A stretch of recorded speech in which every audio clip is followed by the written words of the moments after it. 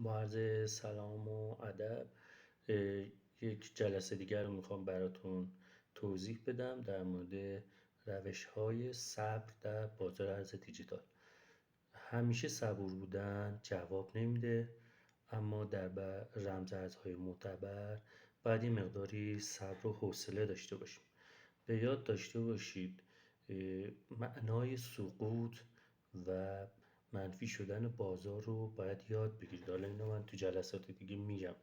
نگاه کنید، یه وقتی شما باید صبر کنید و حوصله به خرج بدید. اینطور نباشه که امروز یک سهمی رو میخرید، یه مقدار پایین میاد، میگید خب پس ولش کن، منهای دو اومده پایین، پس من اینو بفروشم. نه، صبر کنید، 3 روز 4 روز حداقل صبر کنید، این شاید برگرده و بهتون سود بده. عمده سهم‌ها تو بازار ارز دیجیتال به این صورت هستن که 3-4 روز یا 3 روز منفی میخورن، بعد 3 روز شروع میکنن روند صعودی طی میکنن.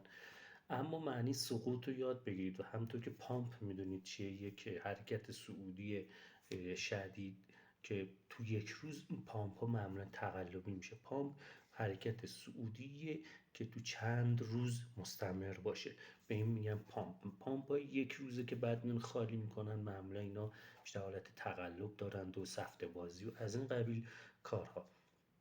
پس اگه دیدید پولتون به شدت داره سقوط میکنه، سریع حد ضررتون رو در نظر بگیرید و تو همون روز یا فرداش و پس فرداش بفروشید.